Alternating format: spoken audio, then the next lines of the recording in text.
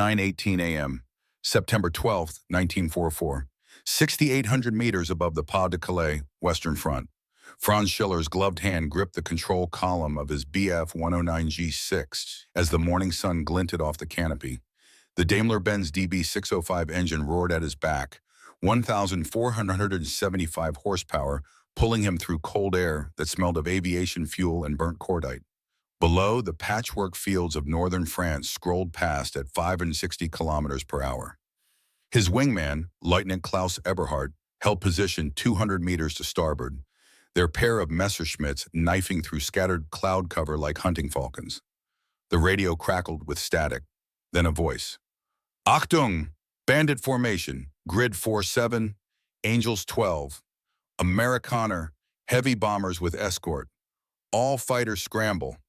Schiller's pulse quickened. This was his third sortie of the day. 9 hours earlier, he'd landed with 9 kill markings freshly painted on his fuselage. 9 Allied aircraft destroyed in a single mission. The ground crew had cheered. His squadron commander, Major Hartwig, had embraced him, promising the Iron Cross would arrive within days.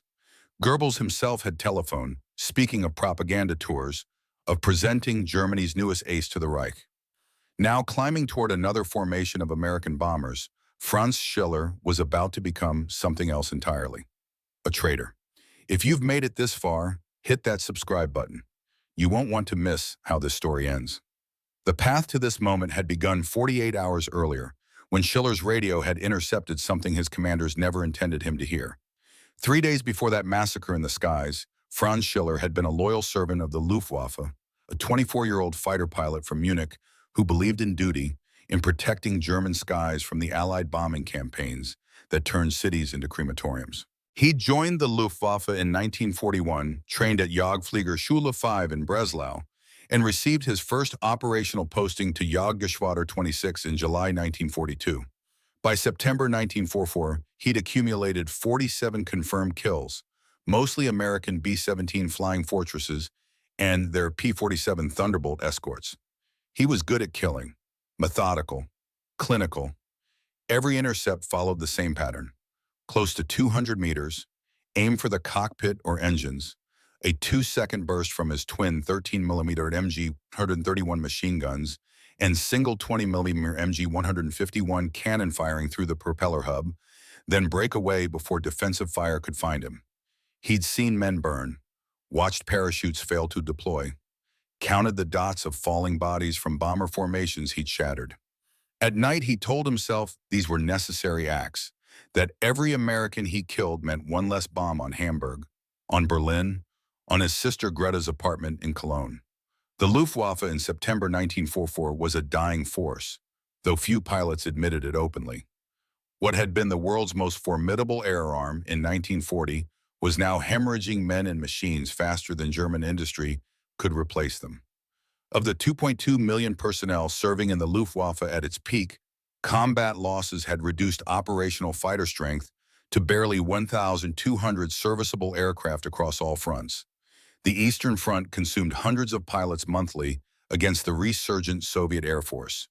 The defense of the Reich campaign against American daylight bombing raids ground up experienced pilots daily. Fuel shortages meant training flights were cut from 240 hours to barely 110 hours before new pilots reached operational squadrons. These replacement pilots died within weeks, sometimes days, often on their first mission. The veterans who survived long enough to accumulate significant kill counts, men like Schiller, were lionized by propaganda but understood the arithmetic of their situation. The Allies had more planes, more pilots, more fuel, more everything. Germany was fighting a war of attrition it had already lost. Franz knew this intellectually but continued flying because alternatives seemed worse. Desertion meant execution, surrender meant dishonor, flying meant purpose, meant the possibility of protecting something, even if that something was an increasingly hollow cause. On September 9, 1904, returning from a morning patrol, Schiller had landed at Luftwaffe base Beauvais-Tilley, 80 kilometers north of Paris. The airfield was a scarred rectangle of concrete and dirt, surrounded by dispersal pens where mechanics worked frantically to keep depleted squadrons operational. He'd taxied his Bf 109G6, tail number White 7, to its revetment, killed the engine, and sat in the cockpit for a moment, hands trembling from adrenaline and exhaustion. The sortie had been routine, a sweep along the coast looking for Allied reconnaissance flights. No contact, just hours of scanning empty sky while fuel gauges descended toward minimum. As he climbed down from the wing, his crew chief, Feldwebel Otto Kraus, greeted him with a thermos of ersatz coffee and a cigarette. "Quiet day, Herr Oberleutnant?" Kraus asked, lighting the cigarette for him. "Too quiet," Schiller replied, inhaling acrid smoke that tasted of tar and desperation. "The Allies know something we don't." Kraus nodded, said nothing. The old sergeant had been maintaining Luftwaffe fighters since Poland in 1939 and possessed the survival instinct to avoid dangerous conversations. Schiller walked to the operations bunker, a concrete structure half buried in earth, reinforced against Allied bombing. Inside, the air smelled of tobacco, sweat, and mildew. Maps covered one wall showing dispositions of Allied and German forces. Red markers indicated confirmed enemy positions. There were many red markers. Few German markers remained. Major Hartwig stood beside the map table, studying intelligence reports with the squadron intelligence officer, Hauptmann Dieter Vogel. Both men looked up as Schiller entered. "Franz, good, you're back," Hartwig said, waving him over. "New orders came through. Tomorrow morning, maximum effort. American heavy bomber formation inbound, probable target Mannheim or Stuttgart. Every available fighter scrambles at 0600 hours. Schiller studied the map. The Americans were penetrating deeper into Germany with each raid, their P-51 Mustang escorts now possessing the range to accompany bomber formations all the way to targets and back. The old tactic of waiting until Allied fighters turned back due to fuel limitations no longer worked. Now, every intercept meant fighting through layers of American fighters before reaching the bombers. Losses were catastrophic. Last week, Jagdgeschwader 26 had lost 8 aircraft in a single engagement. 4 pilots killed, 3 badly wounded, 1 missing. Of the 32 Bf-109s and FW-190s that had taken off that morning, only 24 returned. The replacement pilots who arrived 2 days later looked like frightened children. Most were 19 or 20 years old, barely qualified to fly in formation, let alone engage experienced American pilots flying superior aircraft. "What's our strength?" Schiller asked. Vogel consulted his clipboard. 18 serviceable aircraft, maybe 20 if maintenance can patch up the 2 damaged birds from yesterday's sortie. Personnel strength is 31 pilots, but only 23 are combat ready. The rest are too new or too injured. 23 pilots against formations that sometimes numbered 800 bombers and 400 fighters. The mathematics were impossible, but orders were orders. Schiller returned to his quarters, a cramped room in a requisitioned farmhouse near the airfield.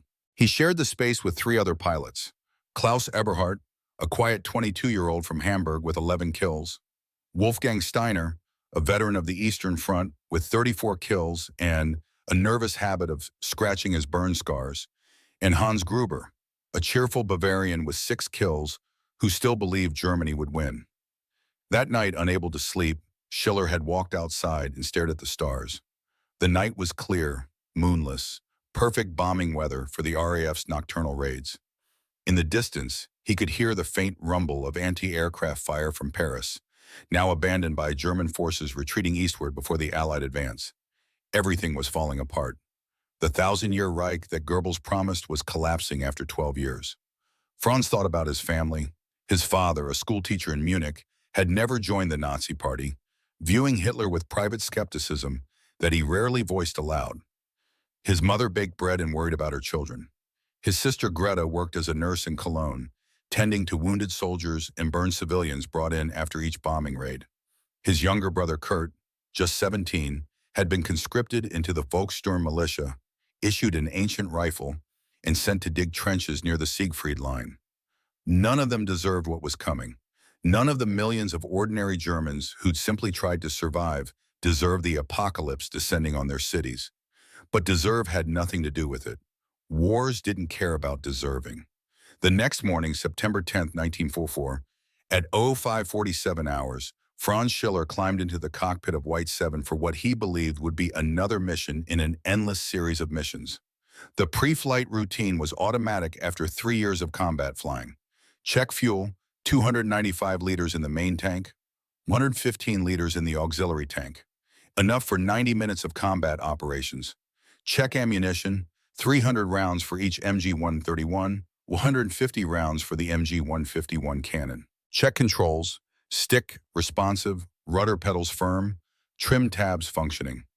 The Daimler-Benz engine coughed once when he hit the starter, then caught with a roar that vibrated through the airframe. At 0600 hours precisely, 18 Bf-109Gs rolled down WWII's main runway and clawed for altitude. The formation climbed through scattered clouds, heading east-southeast toward the anticipated interception point. The radio chatter was minimal, professional.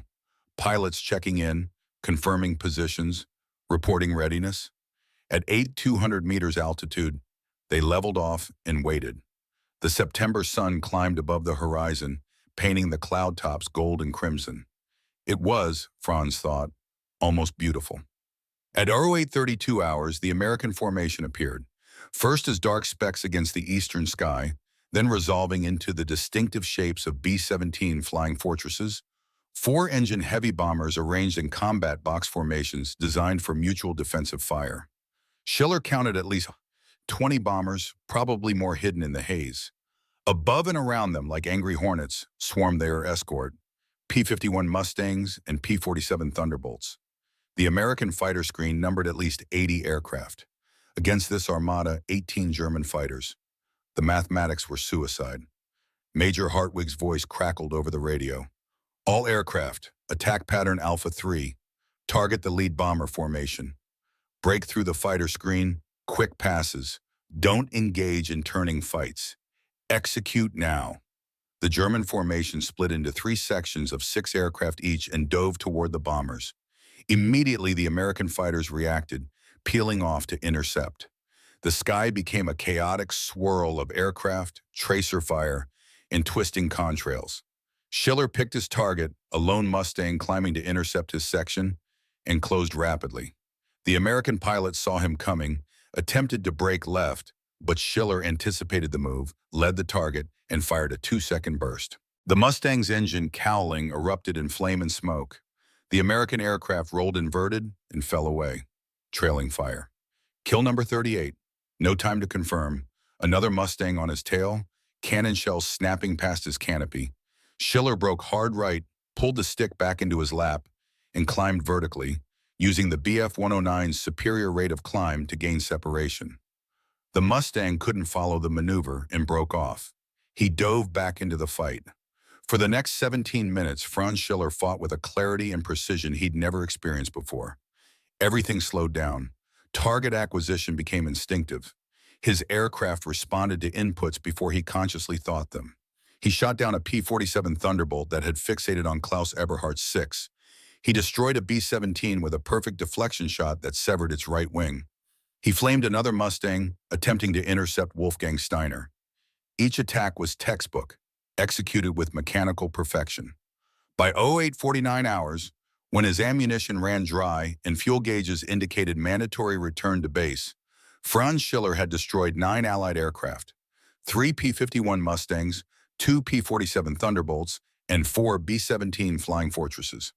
It was the highest single mission score for any Luftwaffe pilot that day, possibly that week. He'd also witnessed 6 of his squadron mates die. He saw Hans Gruber's Bf-109 disintegrate under fire from 3 Mustangs attacking simultaneously. Watched Oberleutnant Heinrich Koch's aircraft explode when a lucky shot from a B-17's tail gunner hit his ammunition. Saw 2 young replacement pilots, whose names he'd never learned, collide mid-maneuver and plummet earthward locked together in a death spiral. 12 aircraft had taken off from his section, 7 returned. The landing at WWII was subdued despite Schiller's extraordinary accomplishment. Major Hartwig embraced him, announced the 9 kills, ordered them painted immediately on White 7's fuselage. The ground crew cheered, but the sound was hollow. Too many empty ravetments. Too many mechanics standing idle because their aircraft weren't coming back. The intelligence officer recorded Schiller's claims, cross-referenced them with gun camera footage and ground observer reports, and confirmed all 9 kills within 2 hours. By 1300 hours, a teletype from Luftwaffe High Command arrived congratulating Oberleutnant Franz Schiller on his achievement and informing him that the Knight's Cross with oak leaves was being prepared for immediate presentation.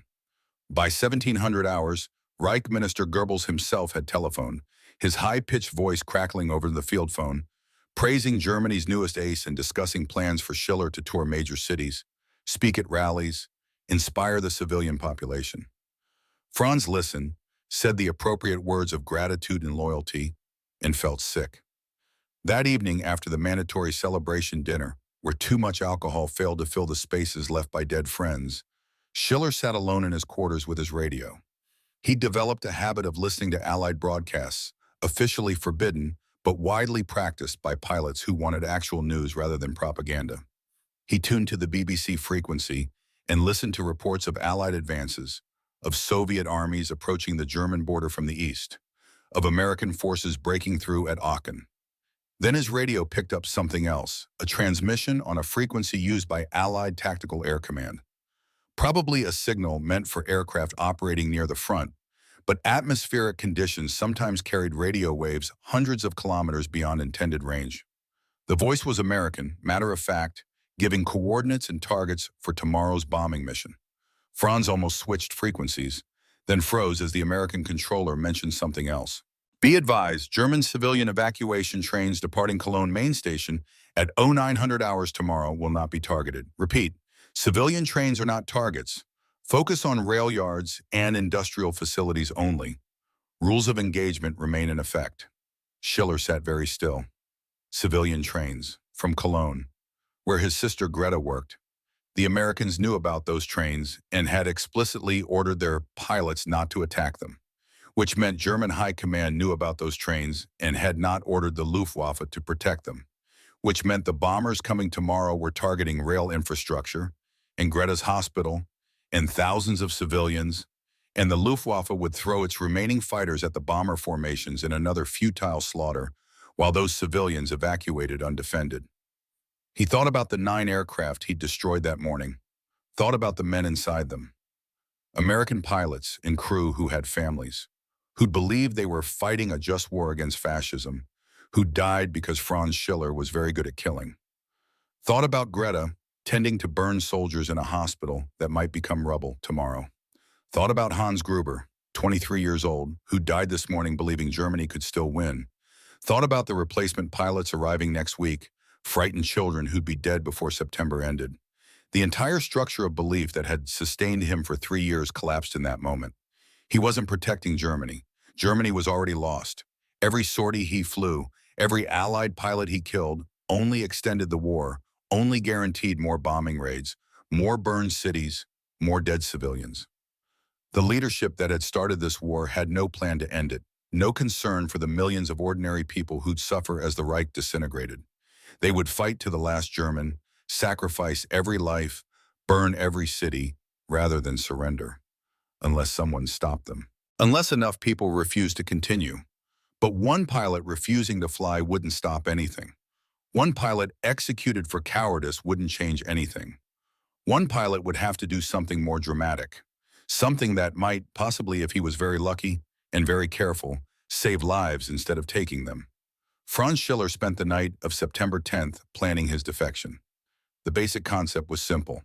Fly to England, land at an Allied airfield, surrender with his aircraft intact, provide intelligence that might shorten the war. The execution would be extraordinarily difficult. German radar stations monitored all air traffic. Any aircraft deviating from assigned patrol routes or flying toward Allied territory would be identified immediately. The Luftwaffe had standing orders to shoot down suspected defectors. Even if he evaded German interceptors, Allied radar would track him crossing the channel, and British fighters would likely shoot him down before he could signal his intentions. He needed a cover story, a reason to be flying alone toward the channel that wouldn't immediately trigger alarms. He needed precise timing to evade both German and Allied defenses, and he needed something valuable enough that the Allies wouldn't simply shoot him on sight. The answer came as he remembered a briefing 3 weeks earlier about new German air defense dispositions. As a section leader and experienced pilot, he'd been privy to detailed intelligence about radar installations, fighter base locations, ammunition dumps, fuel storage facilities, and defensive plans for the Reich's western approaches. All of it was in his head. All of it would be invaluable to Allied strategic planning. But memory was fallible, especially under interrogation stress. He needed documentation, something concrete to prove his value immediately upon landing. The intelligence office at WWII contained maps, deployment schedules, radio frequencies, unit strength reports, all classified material that would be worth more than gold to Allied intelligence. Security was relatively lax. Officers came and went constantly, and Schiller, as a decorated pilot, had access to most areas. The next morning, September 11th, while the base prepared for another maximum effort mission, Franz Schiller entered the intelligence office with a plausible excuse about reviewing target reconnaissance photos. Hauptmann Vogel was present but distracted, coordinating with other bases by telephone. Schiller moved casually to the filing cabinets, pulled folders relating to Western air defenses, and photographed selected pages using a small Leica camera he'd requisitioned months ago for personal use.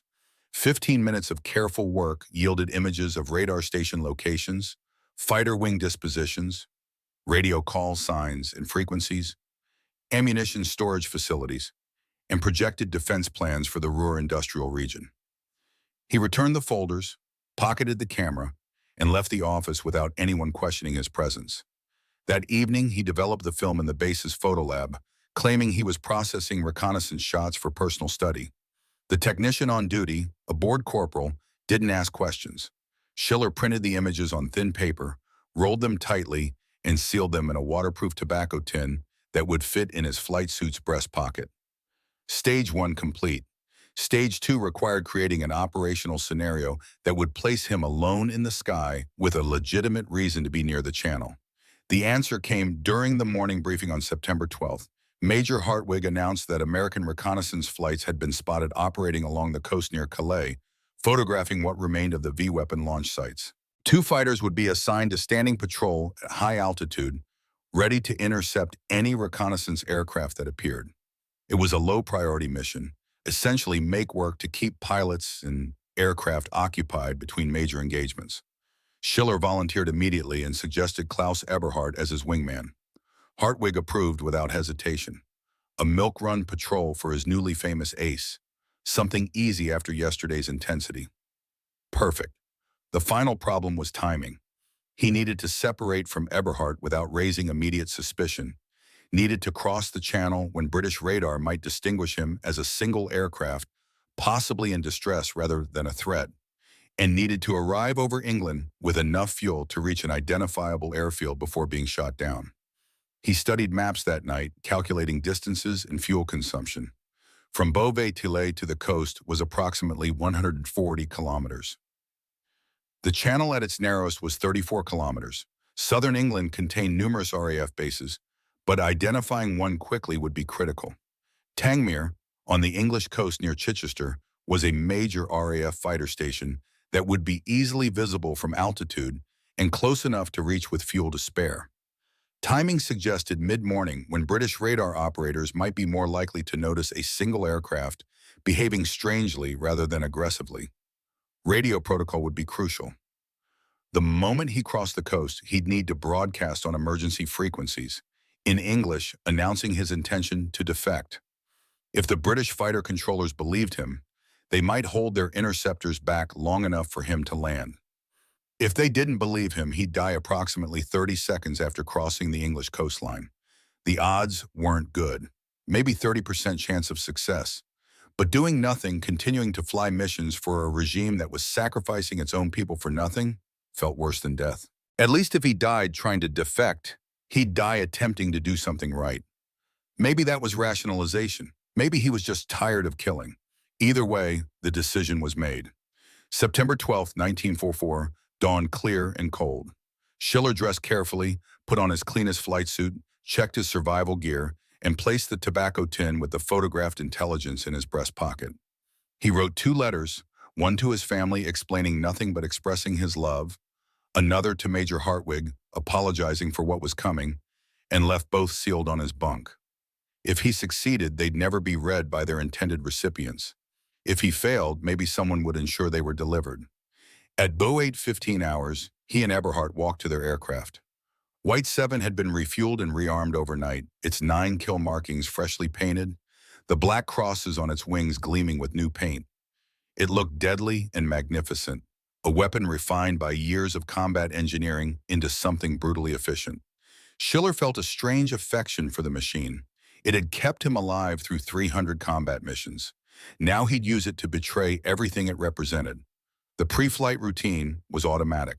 By 0900 hours, both BF-109s were airborne and climbing to patrol altitude. The morning was crystalline, visibility unlimited, scattered clouds at 3,000 meters. Perfect flying weather. Perfect weather for defection. They reached their assigned patrol area at 6,800 meters altitude and established a racetrack pattern along the coast. Below, the French countryside showed scars of occupation and retreat. Destroyed bridges, burned-out tank hulks, cratered roads. The wreckage of armies. For an hour, they flew the pattern, seeing nothing. The radio carried routine traffic, other units checking in, reconnaissance reports. Nothing urgent. Klaus Eberhardt's voice occasionally crackled over the short-range radio, commenting on the weather, asking if Schiller had heard anything about the Iron Cross presentation. Casual conversation between pilots with nothing to do but wait. At 10:18 hours, Schiller made his move. "Klaus, I'm picking up engine vibration. Possible cylinder misfire," he transmitted, allowing concern to color his voice. "Going to descend to lower altitude, see if it stabilizes." Eberhardt's response was immediate. "Want me to come down with you? We can abort the patrol." "Negative, maintain patrol pattern," Schiller replied. "Probably just rough fuel. I'll circle below, rejoin in 10 minutes. Standard procedure for mechanical issues. Nothing to alarm ground control or his wingman." Eberhardt acknowledged and maintained altitude as Schiller dropped away, descending toward the cloud layer. Once below the clouds and out of Eberhardt's visual range, Franz Schiller pushed the throttle forward and turned west toward the channel. The Daimler-Benz engine roared, the airspeed indicator climbing to 600 kilometers per hour. At this speed, every minute covered 10 kilometers. The French coast appeared ahead, and beyond it, the gray waters of the channel. No turning back now. German radar had certainly picked up his course deviation. Within minutes, possibly seconds, alert Luftwaffe fighters would scramble to intercept. British radar was tracking him, probably designating him as a hostile. RAF fighters would launch. He had perhaps 5 minutes before aircraft converged on his position from both sides. Schiller dropped to 50 meters above the water, using the surface return to confuse radar tracking. At this altitude, traveling at maximum continuous speed, White 7 screamed across the channel like a projectile, the waves blurring beneath him. The English coast materialized through haze, white cliffs rising from gray water. He pulled back on the stick, climbed to 500 meters, and switched his radio to the international emergency frequency. British control, this is German pilot requesting emergency landing," he broadcast in English, his accent thick but comprehensible. "I am defecting. Repeat, I am defecting with intelligence. Do not shoot, request landing instructions." Static answered him. He repeated the message, urgency creeping into his voice. "British control, German pilot defecting, carrying intelligence documents, requesting immediate landing clearance. I am unarmed. Do not shoot." More static than a clipped British voice. "German aircraft, this is RAF Tangmere. Identify your aircraft type and current position." "RAF Tangmere, I am flying Messerschmitt BF-109G6, approaching from south, approximately 20 kilometers offshore. I carry classified German intelligence and wish to defect. Please acknowledge." Silence stretched for 10 seconds that felt like hours. Then the British controller spoke again, his tone carefully neutral. "German aircraft, proceed to heading 350. You will be intercepted by RAF fighters. Follow their instructions precisely. Any deviation or aggressive action will result in you being shot down. Acknowledge." "Acknowledged, RAF Tangmere. Heading 350 will comply with all instructions. Thank you." Relief washed over him, premature but overwhelming. They hadn't shot him yet. That was something. Seconds later, 2 Supermarine Spitfires appeared on either side of his aircraft, close enough that Schiller could see the pilots' faces. They gestured unmistakably, pointing downward and to the north. He nodded, visible through his canopy, and followed their instructions. The formation descended toward the English coast. Below, an airfield became visible, runways arranged in a triangle, aircraft dispersed in revetments, exactly matching intelligence photos he'd seen of RAF Tangmere. The Spitfires escorted him to the downwind leg, maintaining their positions like prison guards. Schiller lowered his landing gear, extended his flaps, and configured White 7 for landing. The final approach was surreal, flying a German fighter in hostile airspace, waiting for the bullet or cannon shell that would end the gamble. But the Spitfires held their fire, and at 10:47 hours, September 12, 1944, Franz Schiller's Bf 109G6 touched down on British soil. He taxied as directed to a dispersal area where armed British soldiers waited, weapons trained on his aircraft. He shut down the engine, watching the propeller windmill to a stop, and sat in sudden silence broken only by the ticking of cooling metal. With careful deliberation, he opened the canopy, removed his flying helmet, and raised both hands in clear surrender. "I am Oberleutnant Franz Schiller, Luftwaffe," he called out in English. "I am defecting. I carry intelligence documents in my pocket. Please do not shoot." An RAF officer approached cautiously, backed by a dozen soldiers. "Step out of the aircraft slowly. Keep your hands visible." Schiller complied, climbing down from the wing with exaggerated care. His legs trembled from adrenaline as his boots touched English soil.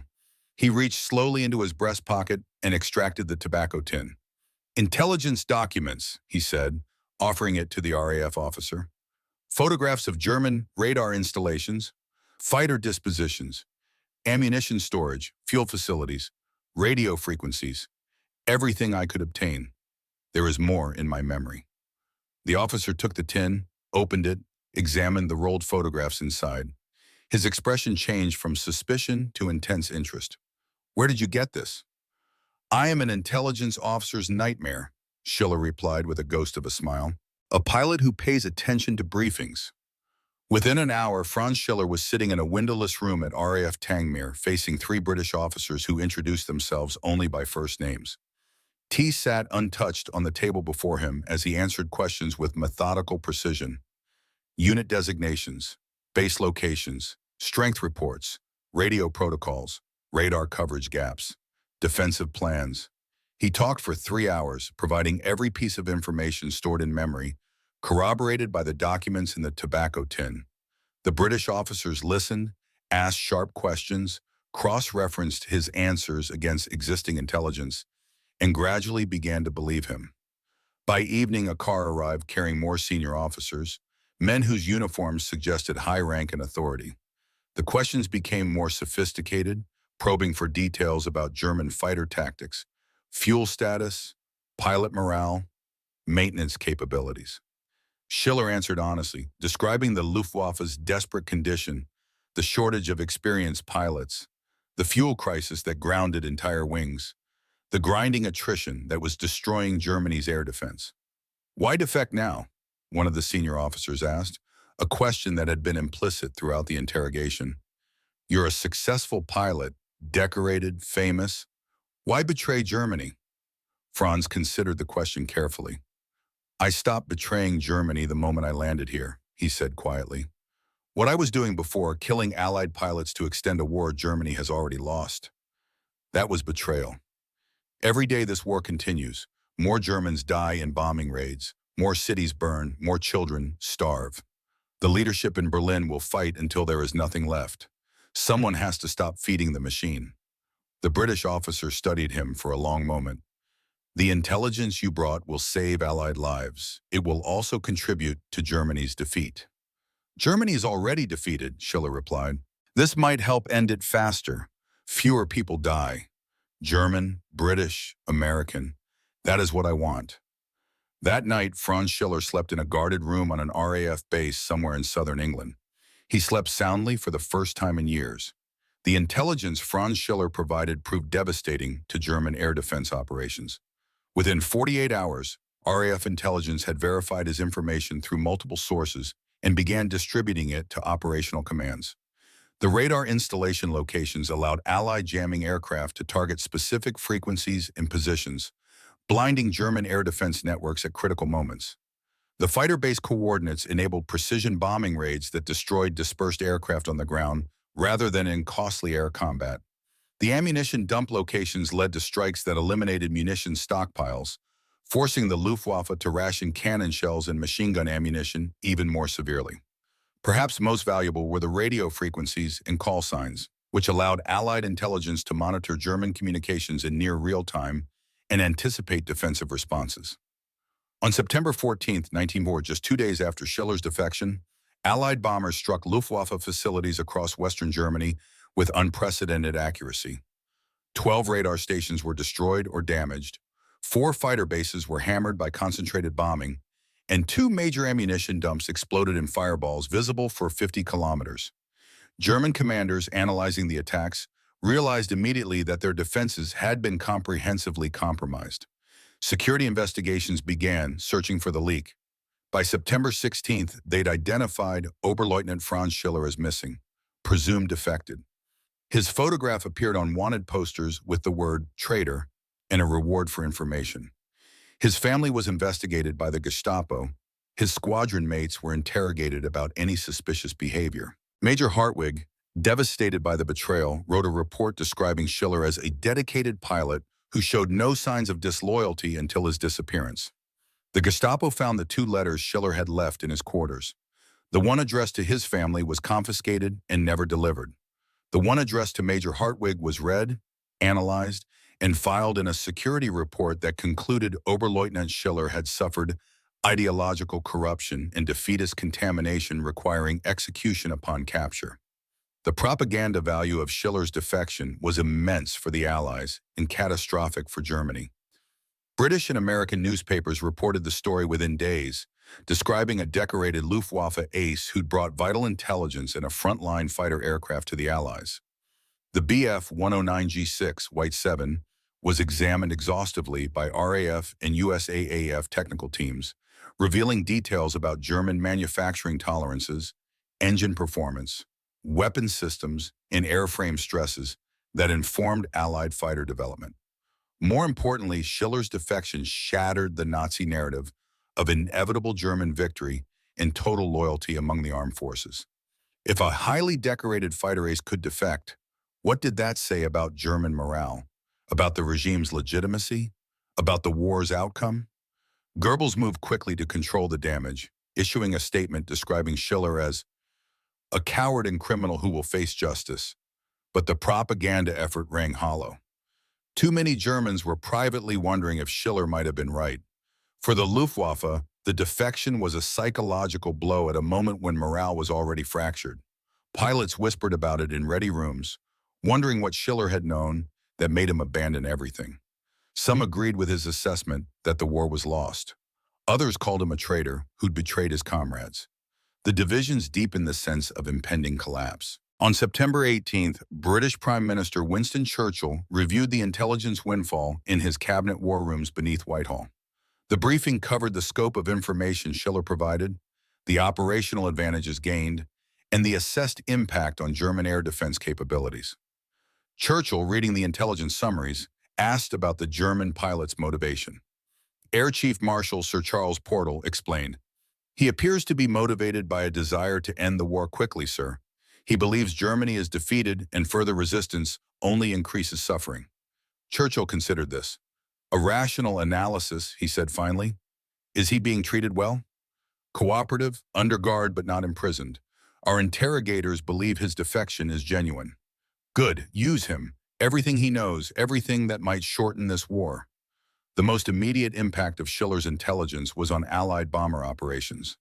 The detailed information about German fighter response times, fuel limitations, ammunition shortages, and radar coverage allowed Allied planners to craft bombing missions that exploited every weakness. For 48 hours between September 19th and 21st, Churchill ordered a halt to all major bombing operations, while planners revised target lists and attack profiles based on the new intelligence. When operations resumed on September 22nd, the results were dramatic. A raid on Bremen encountered half the expected fighter opposition. An attack on Munich achieved complete surprise, hitting the target before German fighters could scramble. A strike on Cologne's rail yards destroyed critical infrastructure that Schiller's intelligence had identified as a bottleneck in German logistics. The Luftwaffe, trying to respond, found its radio frequencies jammed. its radar stations blinded. Its fighters scrambled to empty sky while bombers struck elsewhere. In 4 weeks of operations informed by Schiller's intelligence, the Allies lost 30% fewer bombers than statistical averages predicted, while inflicting 40% more damage on industrial targets. The difference translated to hundreds of lives saved in weeks shaved from the war's duration. Historians would later debate the exact impact of Franz Schiller's defection, but most agreed it contributed meaningfully to the collapse of German air defenses in late 1944. By December, the Luftwaffe could no longer contest Allied air superiority over the Reich. By February 1945, Allied bombers operated almost unopposed, systematically dismantling Germany's capacity to wage war. Franz Schiller spent the remainder of World War II in Britain, cooperating with intelligence services and eventually participating in radio broadcasts aimed at encouraging other Luftwaffe personnel to surrender. He never fired a weapon again. When Germany surrendered in May 1945, he learned that his father had died in an Allied bombing raid on Munich in January. His apartment building collapsed by high-explosive bombs targeting nearby rail facilities. His mother had survived, evacuated to a farm in Bavaria, malnourished but alive. His sister Greta had survived the war working in field hospitals, treating wounded German soldiers in the chaotic final months. His younger brother Kurt had been captured by American forces near the Rhine and spent the war's final weeks in a POW camp eating better than he had in years. Schiller was allowed to contact them by letter in June 1945. His mother's response was brief. "You did what you thought was right. I wish your father had lived to see the war end. Please come home when you can."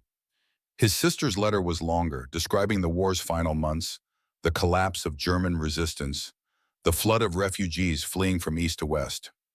She wrote, "I don't know if you did the right thing, Franz. I only know that the war is over and we survived. Perhaps that is enough."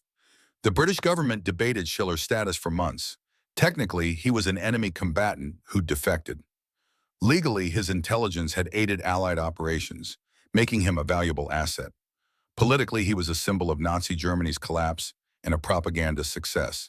In the end, pragmatism won. In December 1945, Franz Schiller was released from British custody and allowed to return to Germany as a civilian. He returned to Bavaria, to his mother's farm, and found a country in ruins. Cities were rubble. Industry was destroyed. Millions were dead. Millions more were displaced.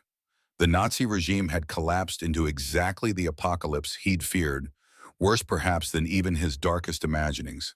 He found work as a translator for the American occupation forces, his English and technical knowledge valuable in the chaotic reconstruction. He never flew again, though he sometimes dreamed of it, dreams where he was in White Seven's cockpit, watching the sky fill with aircraft, waking before the shooting started. In 1947, he received a letter from Klaus Eberhardt, his former wingman. Klaus had survived the war, been captured in April 1945, spent 6 months in a French POW camp, and returned to Hamburg to find his family home destroyed and his parents missing. He wrote, "I was angry when I learned what you did, Franz. I thought you'd betrayed us. Now I understand better. You saw what was coming before the rest of us. You tried to stop it. Maybe you saved some lives. I hope so. I hope it was worth losing everything." Franz Schiller never tried to justify his defection publicly. He never gave interviews or wrote memoirs. When asked directly, he would simply say, "I made a choice. It cost me things I can never regain. But I believed it would save lives, and I believe that still." The historical record suggests he was right. The intelligence he provided accelerated the Allied victory, shortening the war by some indeterminate but meaningful amount. Whether that was weeks or months is unknowable, but every day the war ended earlier meant thousands of lives saved. German lives, Allied lives, civilian lives, military lives, lives that would have been consumed by a war machine that had long since lost any rational purpose. Franz Schiller died in 1983 at the age of 63 in a small apartment in Munich. His obituary in the local newspaper mentioned his wartime service briefly, noting only that he had served in the Luftwaffe and later assisted Allied intelligence efforts. Most Germans who remembered the war remembered only its end, the relief of survival, the pain of loss. Schiller's defection was a footnote, remembered by historians and forgotten by most others. But in British and American military archives, in intelligence reports from September 19, Franz Schiller's contribution is documented in detail. Reports credit him with providing intelligence that materially contributed to Allied air superiority over Germany and enabled more effective targeting of German industrial and military assets. A classified assessment from 1946, declassified in the 1970s, estimated that the information Schiller provided saved between 200 and 400 Allied aircrew lives and shortened the air campaign over Germany by approximately 3 to 6 weeks. 3 to 6 weeks. In the context of World War II, where thousands died daily, that translated to perhaps 50,000 to 100,000 lives total.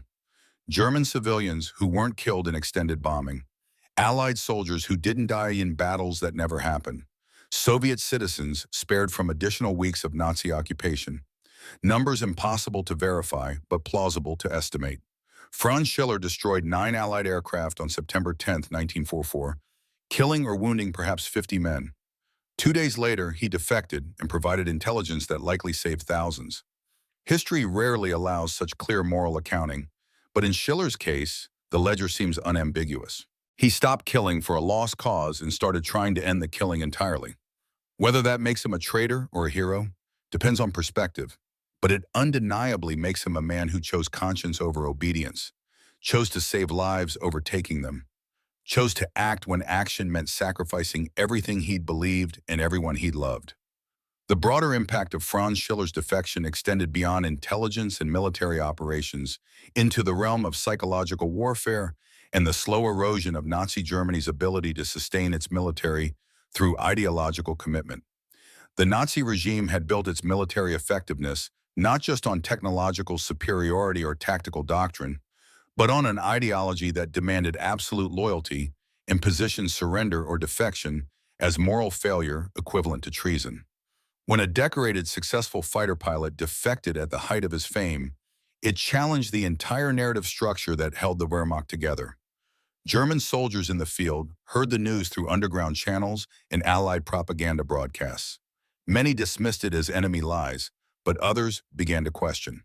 If an officer with 47 kills and an Iron Cross pending could conclude the war was lost and defection was justified, what did that mean for the enlisted men enduring impossible conditions on the Eastern Front? For the sailors trapped in submarines hunted by Allied destroyers?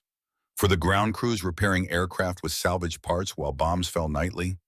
The Nazi Party responded with predictable ferocity, increasing surveillance of military personnel, expanding the jurisdiction of flying courts-martial, empowered to execute deserters on the spot, and intensifying propaganda about duty and sacrifice. But propaganda couldn't alter the fundamental reality that Germany was losing on every front, that resources were exhausted, that the strategic situation was hopeless. Schiller's defection became one more crack in the facade of inevitable German victory, one more piece of evidence that the regime's promises were hollow. For Allied intelligence services, Schiller's defection validated their efforts to encourage German military personnel to surrender or defect. Leaflets dropped over German positions emphasized that the war was lost, that continued fighting served no purpose, that the Allies would treat surrendering soldiers fairly. These psychological operations had been running for years with limited success, but high-profile defections, like Schiller's, gave them credibility. If a Luftwaffe ace could defect and be treated well, perhaps ordinary soldiers could too. Defection rates increased slightly in late 1944, not dramatically but measurably. Entire units began surrendering when opportunities arose, particularly on the Western Front, where soldiers feared capture by Soviets far more than by Americans or British. Whether Schiller's example directly caused these surrenders is impossible to determine, but it contributed to an atmosphere where surrender became thinkable, where continuing to fight seemed less like duty and more like suicide. The Luftwaffe never recovered from the intelligence compromise Schiller's defection represented.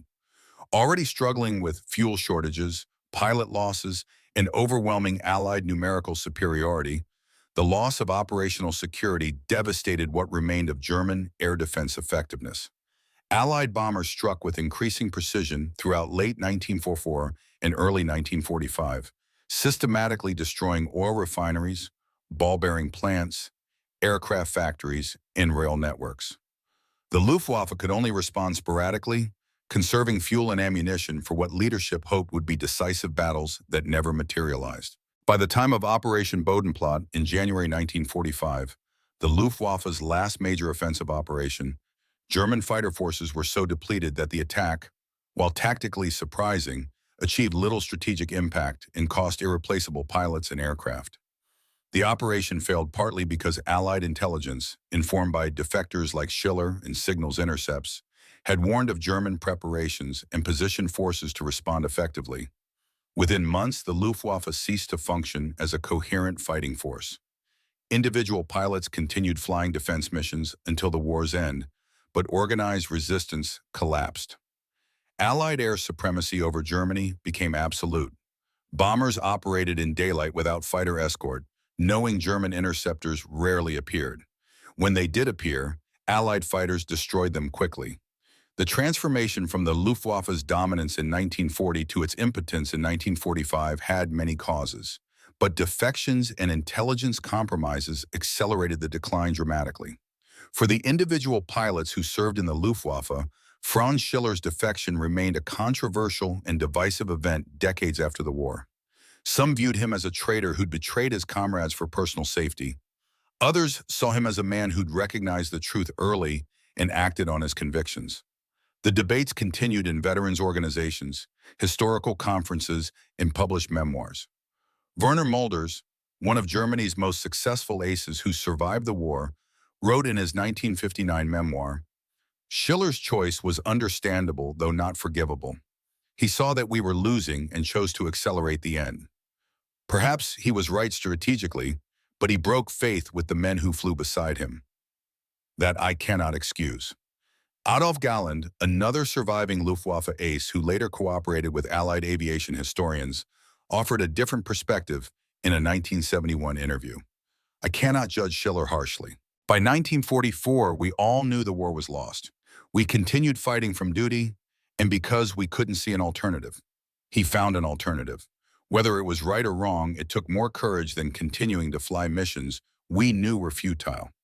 These divergent views reflected broader German struggles with confronting the Nazi era. How should soldiers who served the regime be judged? Were they victims of a totalitarian system or complicit in its crimes? Could individual acts of resistance